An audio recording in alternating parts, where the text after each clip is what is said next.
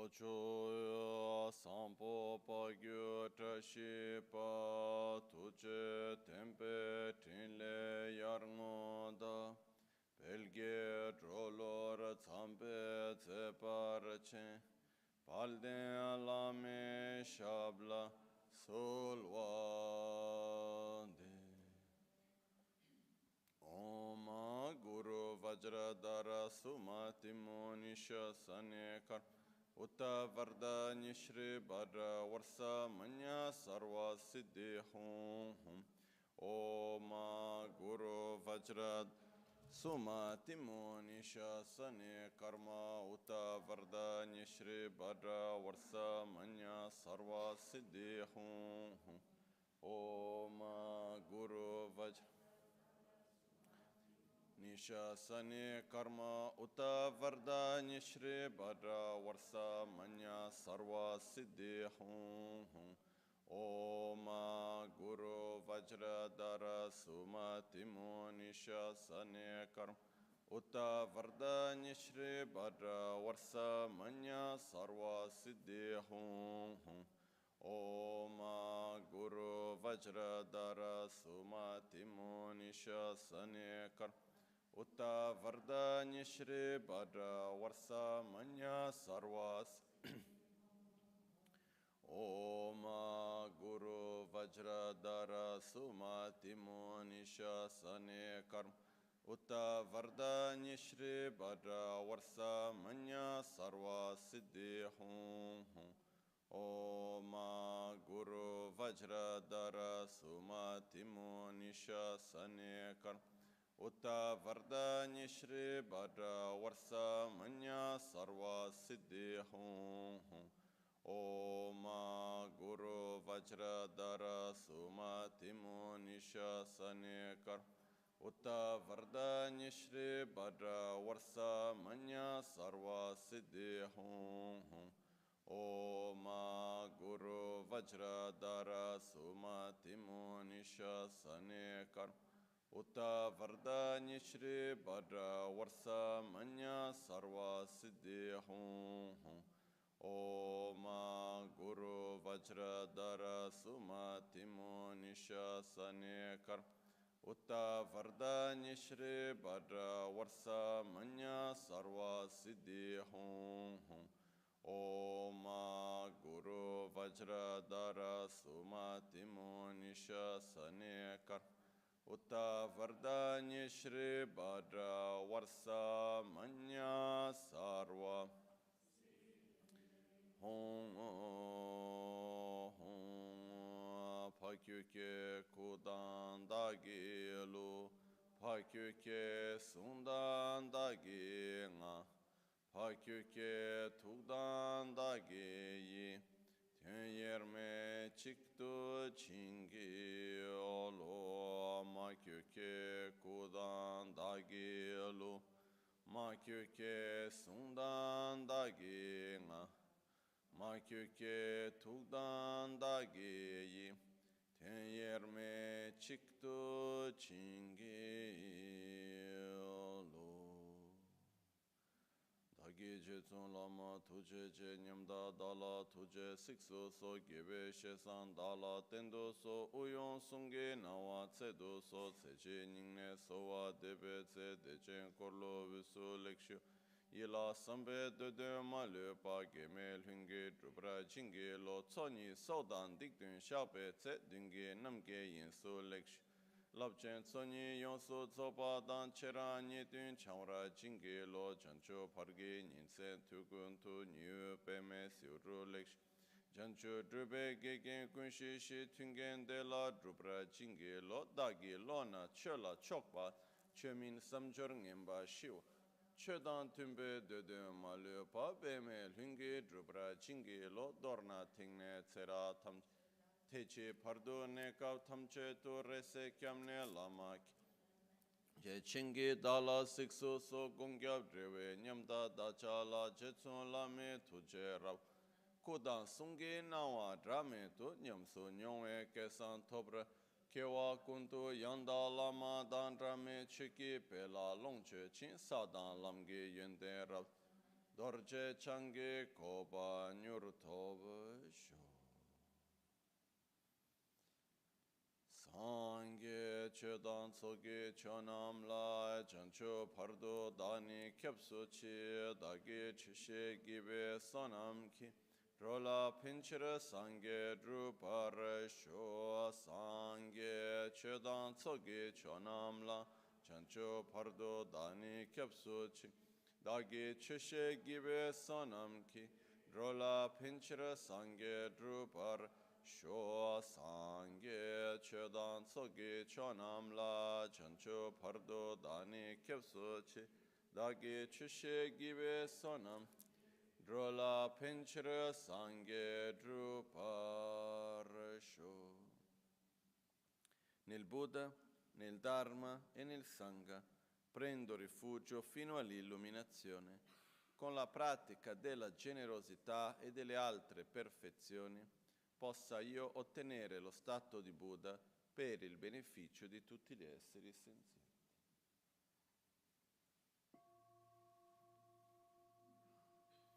Namo yal haye ke dal dane jige ruba da mi ke nam dan ruba kun ke tanam chisa tam je ke tu da ke chete.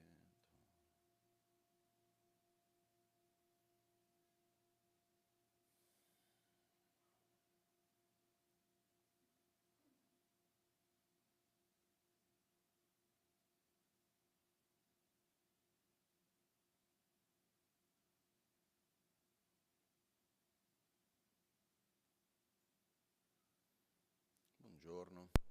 Good morning.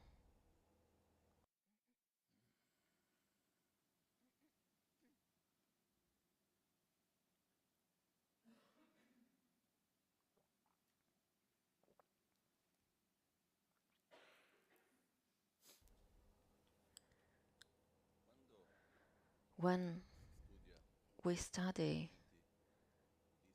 Tibetan teachings in a very deep way and in a traditional way within the Tibetan tradition, Gelompa in particular, the others I don't really know about. One of the first topics we study is called Siddhanta, in Tibetan Drupta. And there we study the different philosophical schools, Buddhist and non-Buddhist, the difference, and from the point of view of the vision, as the different schools see different things. There is a special Panchen Sampotashi book, one of the previous lives of Lavaganchen is the big red book that contains this part.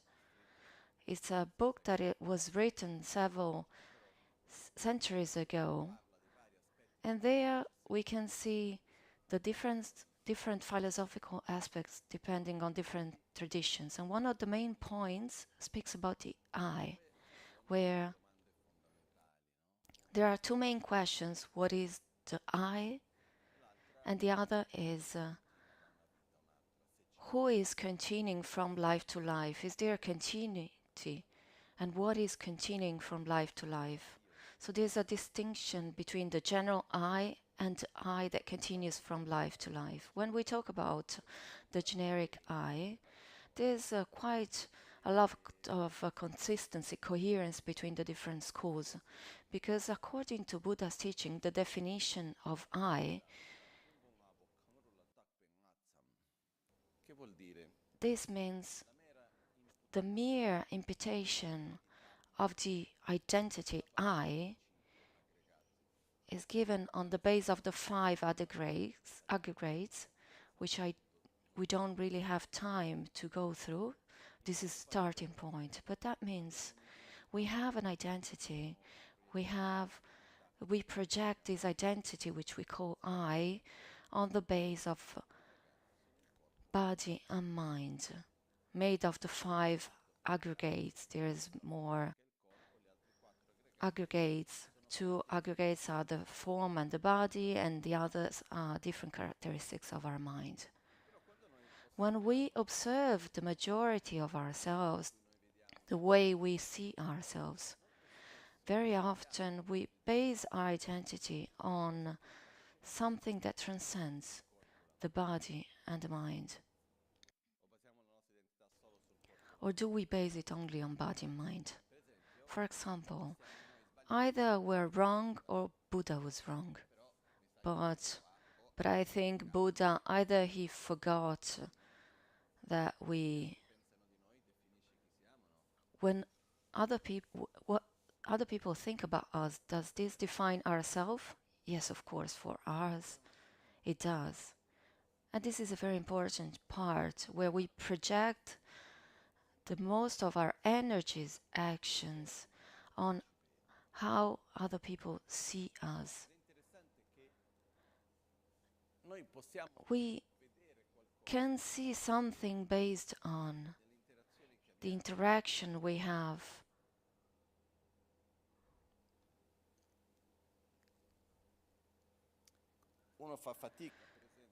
It's quite difficult to have an identity of ourselves based on characteristics which we are not able to see. So, the more profound in details the vision is about ourselves and our characteristics, the more profound will our identity become.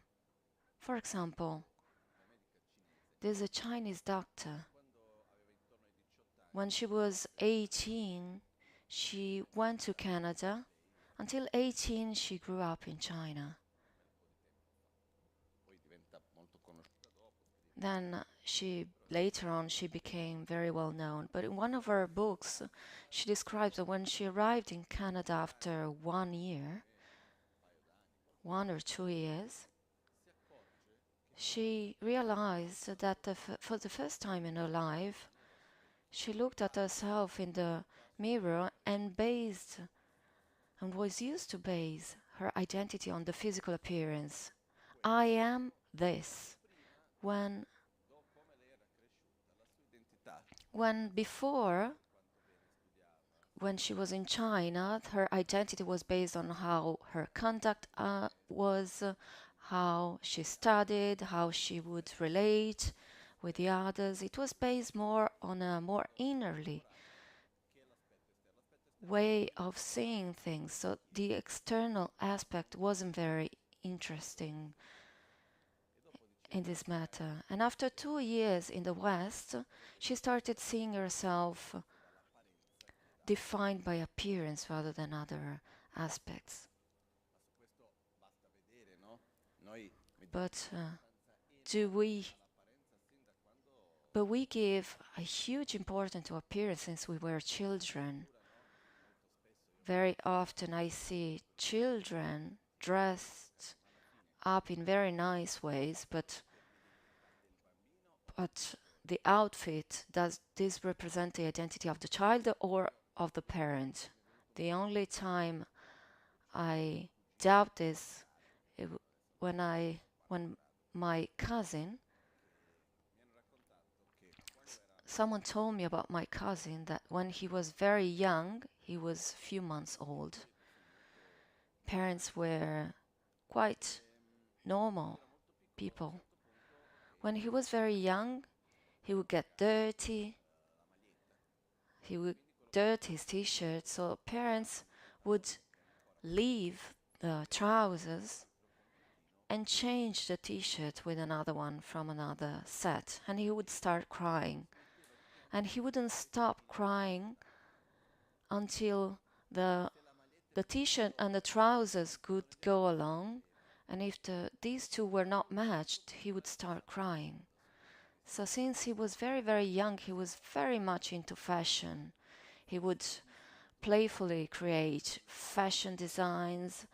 He was very much interested in shoes, trousers, and even before starting to speak, he would pay lots of attention to this.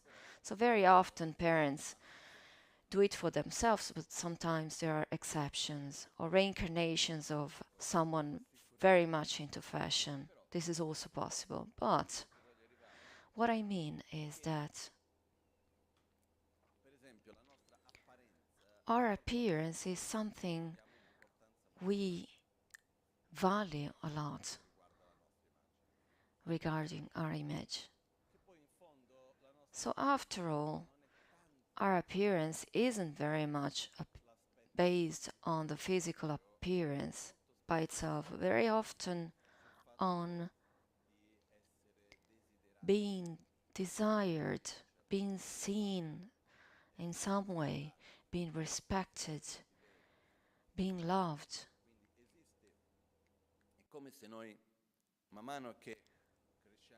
So as we get older, we develop this necessity, this need of having the world around us, having from them a confirmation that we are right, we're doing the right thing, we're skillful, handsome or beautiful, and so on. We need to be reassured. When our inner experience with ourselves does not match the external one, then we are doubtful about ourselves. Another example. Let's imagine we're speaking publicly. There are 100 people. 99 are clapping and congratulating us. Then one person does not agree with the others, says, "You suck." What does it happen? Does it hurt? It's just one person out of 100. Instead, this really hurts us. Another point is, once I was talking to a Zen master, and he said something I never thought about. He said, criticizing. A person who criticizes a lot the other is because he or she feels the need to throw down the other person, to feel better, to feel higher. We were in a specific context when we were talking about this. However, why do we see bad news? Why do we like bad news? Because why do we have attraction towards negative news? This happens because when we see someone else suffering somewhere within myself, I realize I feel much better. But very often we compare ourselves with the other person. So when we see someone else who's feeling worse than us, means I feel better and I feel relieved. And this dynamic works that we look for faults in the other person because we see ourselves based on the comparison with the other person. And this is a huge illusion. The value we attribute, the label we give to ourselves. I'm good, I'm beautiful, I'm ugly. These are labels that we base our identity upon, but they are extremely illusory. Because they are concepts that exist based on a comparison and not upon intrinsic characteristics, factors. If you're intelligent or not, good or not, if you're ugly or not, rich or not, these are characteristics that depend on comparisons.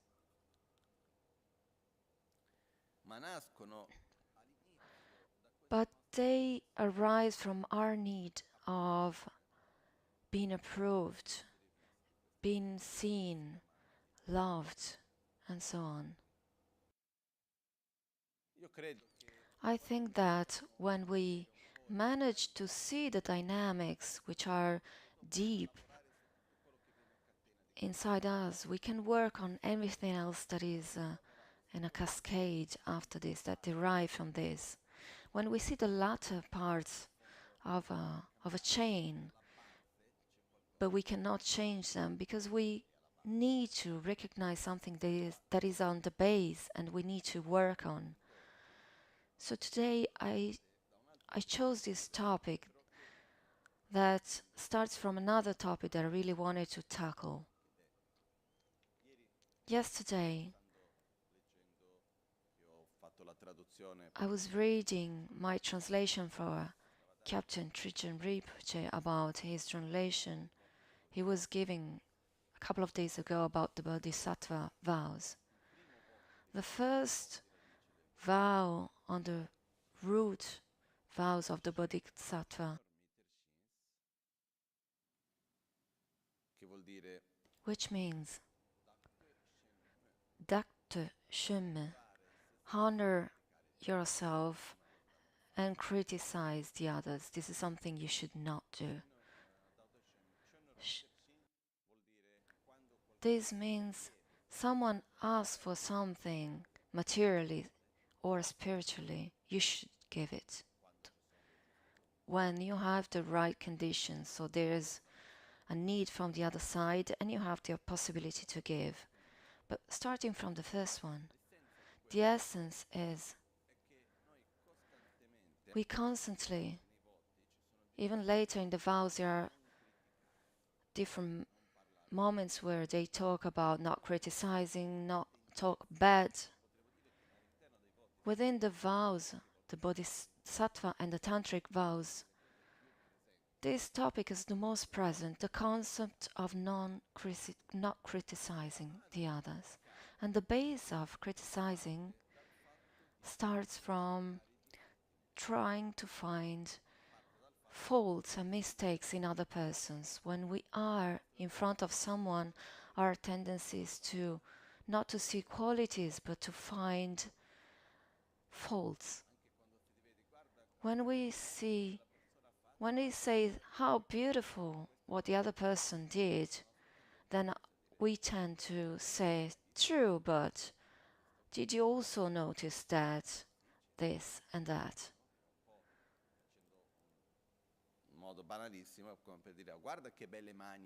It's like, see how beautiful his or her hands are, but yeah, look at the feet. We always try to find something negative.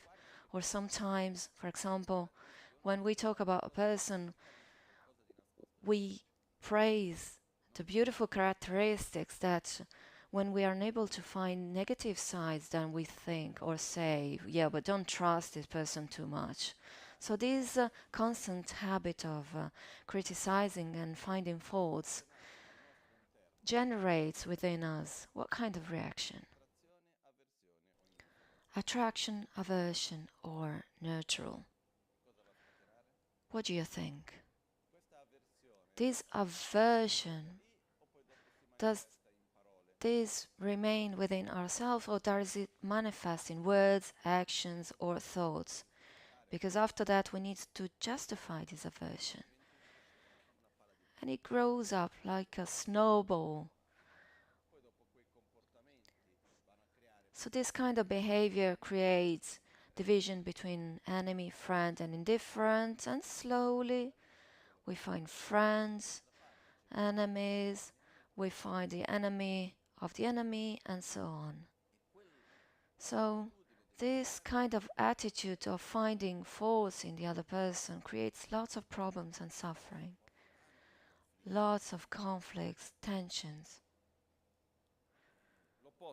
The opposite would be the most beautiful thing. When we get in touch with someone, we interact with their qualities and not with their faults.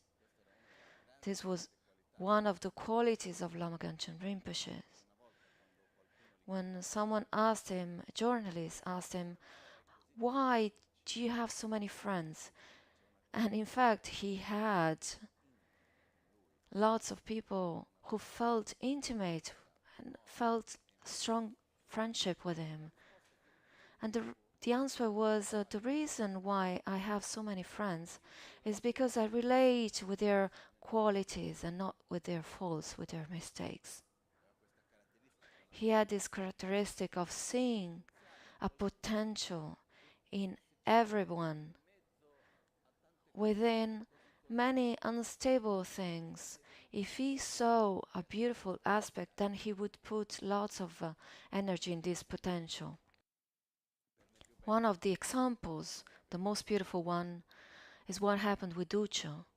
Duccio the painter, the tanka painter. We have many tankas made by Duccio, the Lama Ganchans, the Sarasvatis, the Taras, even the Buddha that is at the entrance. First time, Duccio met Lama Ganchan in Pomaya. He just finished a tanka. I don't remember the topic, but it was one of the first tankas he would make. He painted this tanka and gifted it to Lama Ganchan. Rinpoche said that this tanka really sucked, was really ugly. But he saw in this a potential.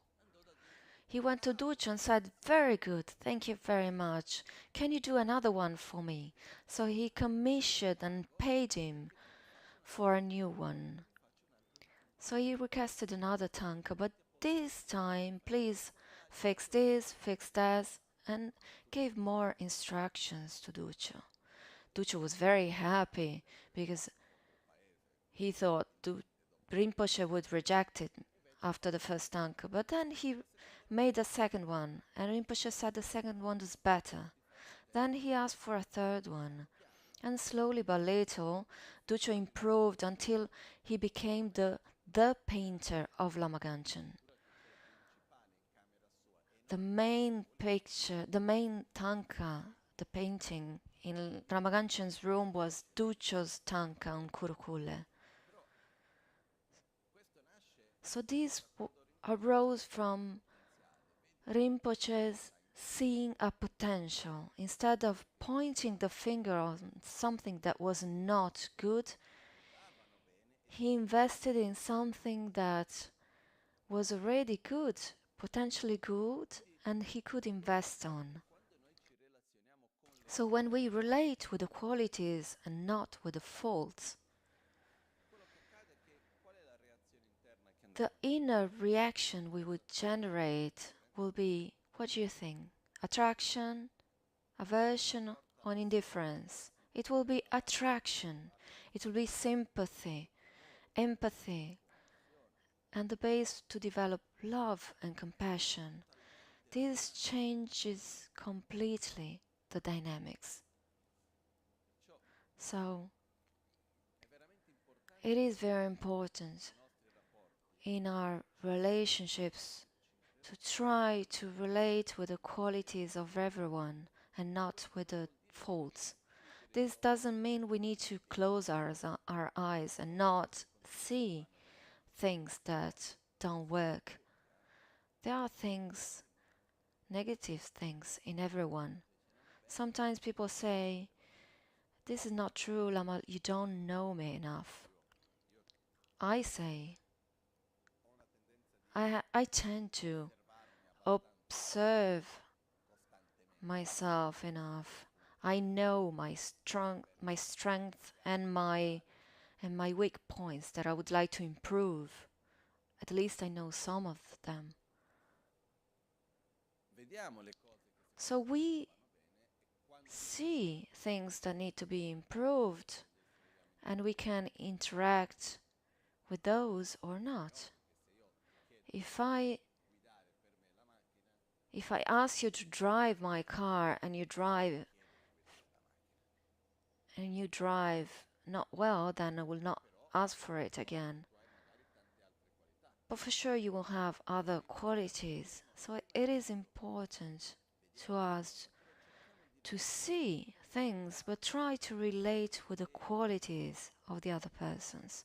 and know the other person's based on their qualities and not being stuck in this dynamic of criticizing. Why is it so difficult? Is it true? Is it easier to criticize us to see qualities? What do you think? It's easier to criticize. It's almost spontaneous. If you open up to it, you're great at it. Look at this, look at that. We're excellent at this. And not doing it is quite difficult. It's tiring. I think because it's a habit, and we need lots of effort to change habits.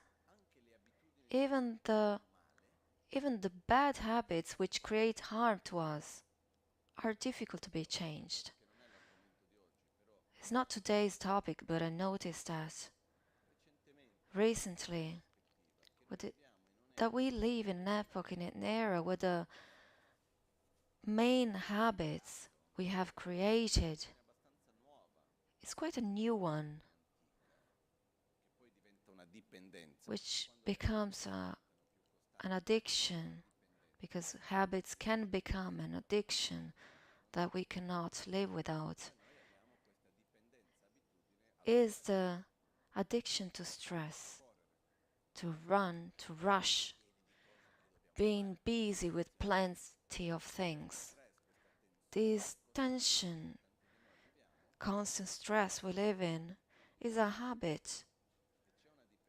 And there is a kind of addiction in this. Once we're used to even harmful things, we struggle to change them because we're made of habits, one way or the other. And criticizing the others and finding faults is a habit. It's a difficult habit because it arises from another one, which is even deeper, which is comparing ourselves with others, needing to see outside to see inside, the need of trying to see what the other think, speak, how they are, how they feel. Am I good or not? Let me look at the others. Do I do enough or not? Let me check on the others.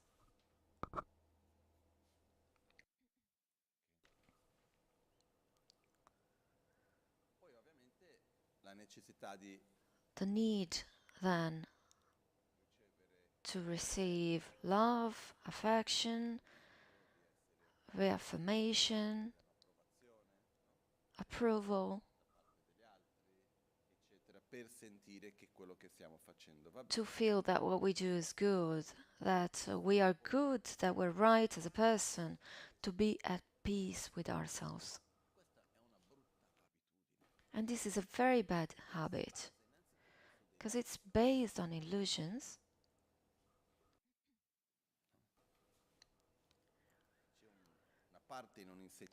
A part of our teaching, a Loggia teaching called the 10 Kadapudnunchu, the profound jewels of the Kadampa, or something like that. It's difficult to translate. One of these refers to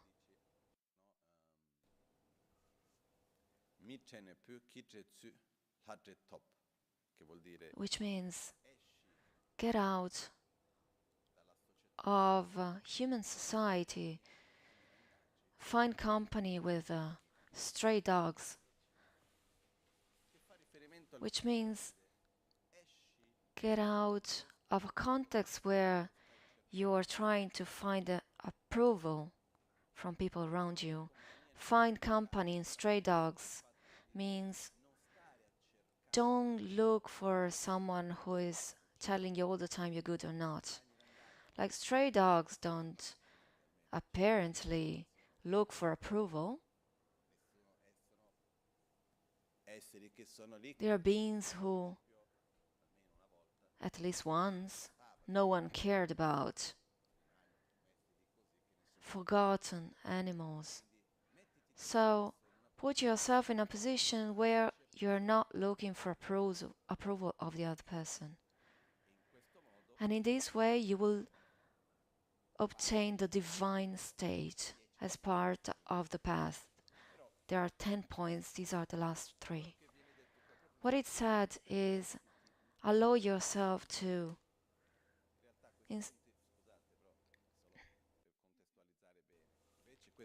these points refer to the point you give priority to the spiritual practice. Naturally, you will put less efforts and energy on other things.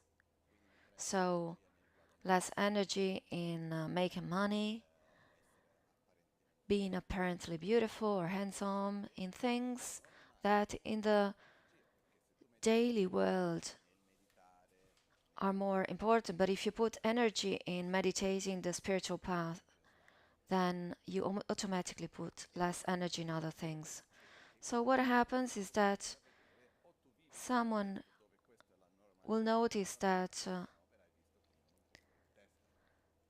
someone will be looked at, someone out of his mind.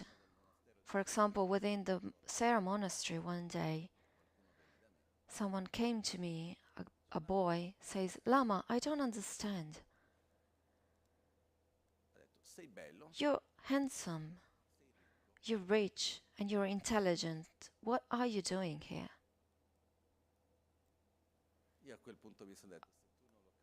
I thought, if you don't understand this, I would not explain this to you. It doesn't make sense. But these Kadampa teachings say, instead of waiting to be excluded by society, just automatically exclude yourself so you don't feel excluded, but do it yourself. So the main point is have clarity on priority in our lives. If I live in a context where everyone gives priority to certain priorities and I don't, at a certain point I will feel that something is wrong within me. I will feel excluded by the others. So this is an illusion, because it's much more important to observe our inner path, what we're transforming ourselves into. Who are we? Rather than how we are seen, whether we are accepted by the society or not. And because we have this attachment to being recognized, these are Tibetan suggestions from the 11th century, and said before feeling excluded by the society, do it yourself, auto-exclude yourself from it. Remind yourself that you don't need all of this. At the end, how does this happen?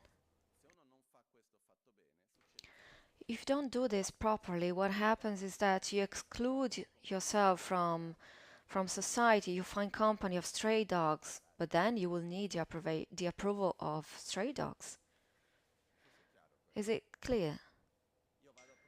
So you will project the same dynamic in another environment, in another context. So I quit a dynamic where I look for approval from other people, then I join another context, a more spiritual context, but I will project the same dynamics. I need to do my practices well, otherwise what would people think of me? So I would restart the same dynamics, but in another setting. What is really important is to change our inner attitude rather than the external setting. In the Lojong teaching, It says, change your inner conduct but not your outer outlook, not your outer appearance. So let's try to reflect and observe. Who am I? Am I the flow of my thoughts, my feelings, sensations, my discernments, my emotions, my body? Why flow? Because when we observe ourselves and try to understand who am I, can we have contradictory thoughts? One day we think of something, the other day the opposite, today I like it, today I don't like this part, and so on. Today we're fine, tomorrow we're angry. Am I an angry or a calm person? I'm a flow of all of these, with angry moments, happy, joyful, hateful moments, and so on. Our body has pleasure, relaxing, tiring moments, and so on. We're made of a flow, constant flow of thoughts, emotions, discernment, emotional aspects, personality traits, physical states. But if there's something we're not, this is what other think of us, one way or the other. I can receive love or hate from others. Of course, it is beautiful to receive love and ugly to receive hate. That's for sure, I fully share it. But if other people say I'm God on earth or a demon on earth, this will not make a God or a demon out of me. I'm not what the other persons say. I'm not what the other persons think. I'm a flow of my actions, thoughts, sensations and feelings, emotions, physical state. I'm a constant flow of this. I'm the total, where I identify on the total of this, but I'm not what other people think of me. And I react based on this interaction. I am the reaction of what the other person say. When someone says something about me or does something to me, I'm not what the other person said. I'm the reaction I have in front of what happened, of what's been said. In front of the reaction, I have a flow of emotions, discernments, physical state, and so on. It depends on us, and it's in our hands. When we allow ourselves to gift ourselves this kind of slow change and understand who are we and understand what we are not. I'm not what you think, you or anyone else. I'm not the way other people see me. I am the flow of my thoughts, emotions, and so on. So it is important to be open towards the critics and the judgment of other people. This is another point. I use the experience of the other persons as a mirror to see myself. This is necessary. But this is one thing. Another thing is to be what other people think of me. Did you understand the difference? Sometimes I can feel some aspects of my actions, thoughts, and some others I'm unable to see, so the other person, by mirroring them, will help me to notice them.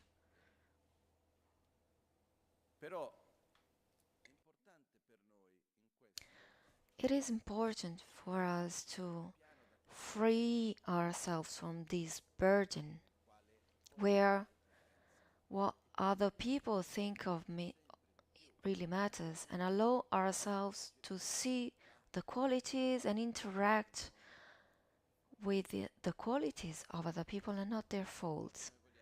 What we want is to be in harmony, to feel good with the others, be happy, not to suffer.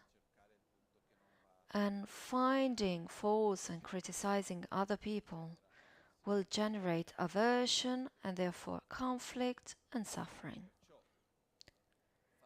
So, the opposite process, seeing the qualities, connecting with the qualities, generating sympathy and then empathy, love, connection, compassion, and then happiness and joy.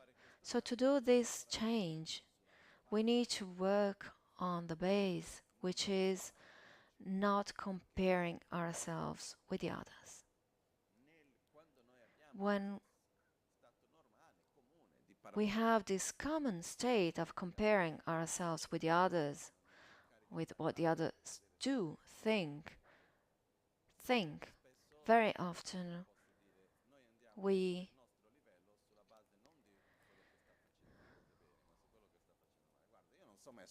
value ourselves based on the comparison with the other person. I'm not so bad because the other person is worse. Instead of seeing who is going in a virtuous direction and follow, very often we put our attention on others who are not doing well so that we feel better, to show ourselves that we're doing well, that we're doing good.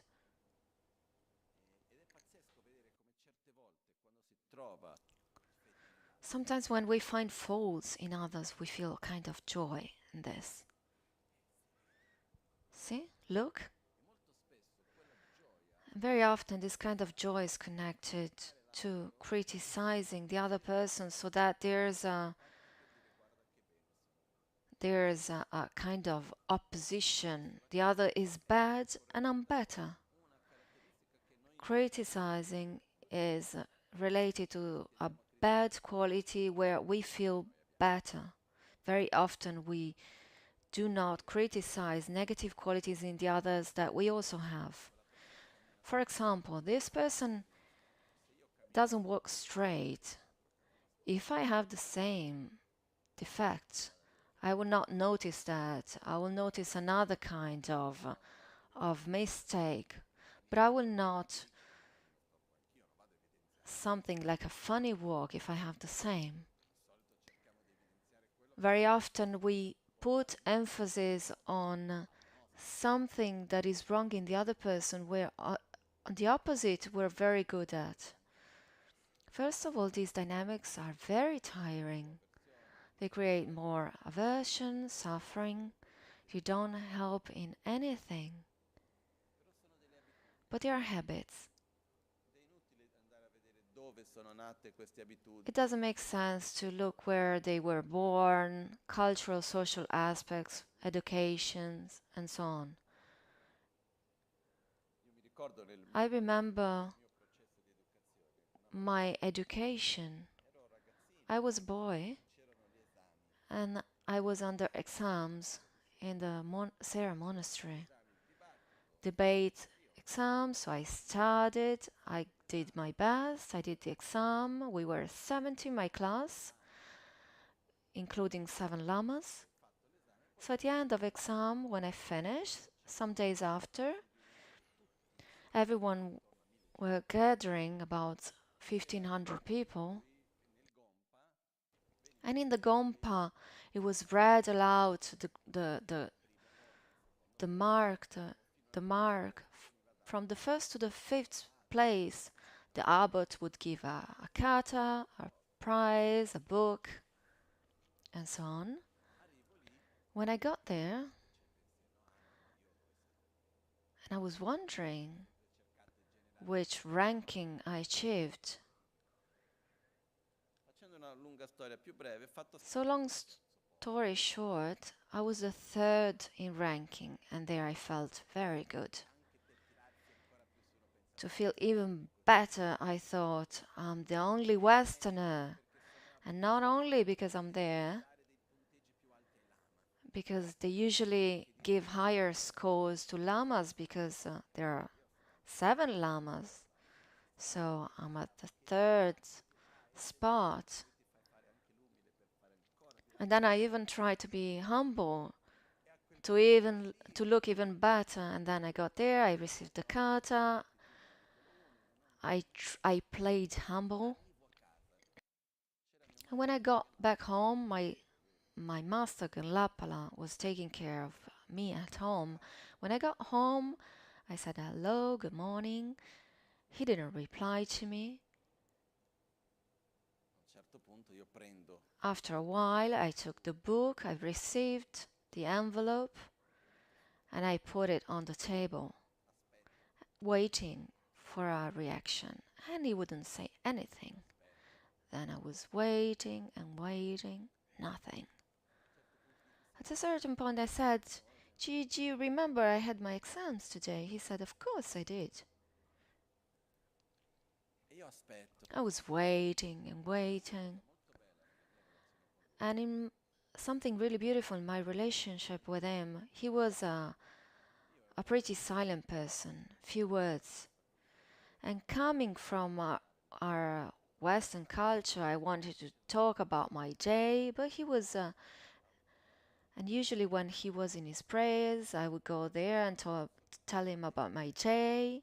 But over time, I learned how to stay with him in long periods of silence. And even in this moment, I said something, he was there, he wasn't ignoring me, but he maintained the same attitude he always had. And slowly, I was able to see within me all this movement of looking for approval, having the expectation to receive praises from him. And slowly, these faded off, and I understood I wasn't different from before because I achieved the third ranking. Nothing really changed about me. And at a certain point, I was able to relax and I got rid of a huge burden. So at that point, we started talking about that. And we started talking about exams, and he said, yes, I heard about that. Congratulations. But at that moment, he did not nurture my ego. And this was extremely important for me. Like a friend, a famous actress, she said, fame is not in you, it's in the others. This is a huge difference.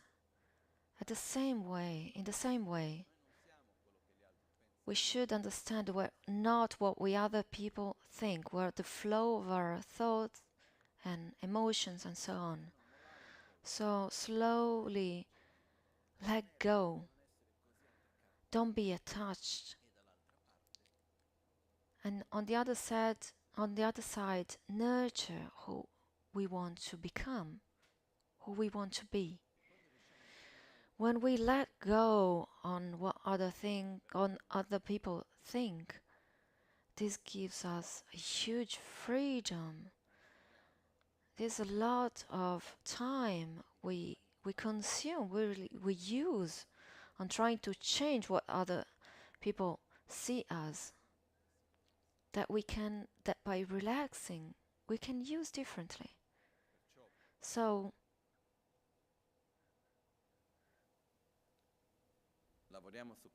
let's work on these two points, criticizing less and praise more. Connecting to qualities and not faults, that doesn't mean we don't see the faults, but we see qualities and we relate with them. And on the other side, focus on having an identity that is not based on what I do, what I feel, but on the flow on this. I'm not a sad or joyful person. I am a person who has sadness, joy. Don't label yourself.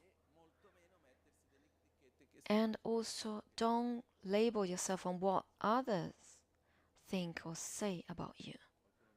Sometimes would say, it is difficult. I fully agree. Because these are habits we have since long time, since lives.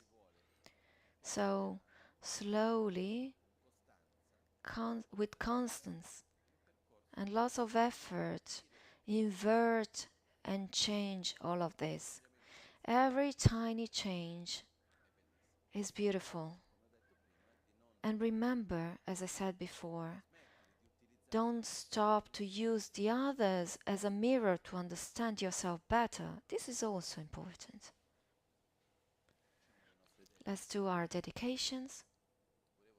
I also wanted to say, I haven't shared earlier, I'm thinking about next Saturday to do a teaching, because on Sunday I will leave for a trip and I'll be away for a month. So before that, on Saturday morning, we will decide the times and details.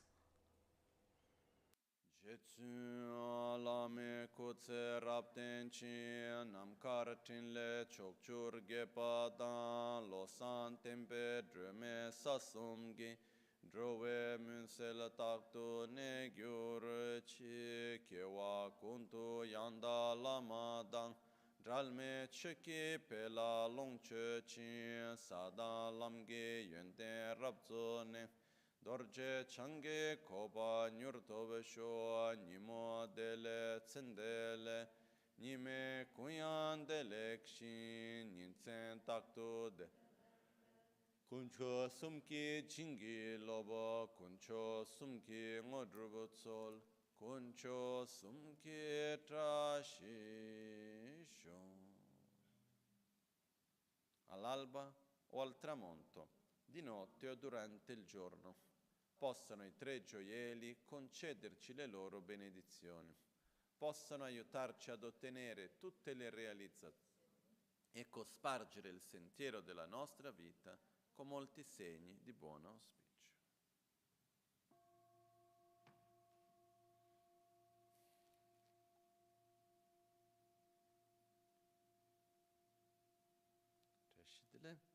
Buona giornata a tutti. Grazie. Have a nice day and thank you.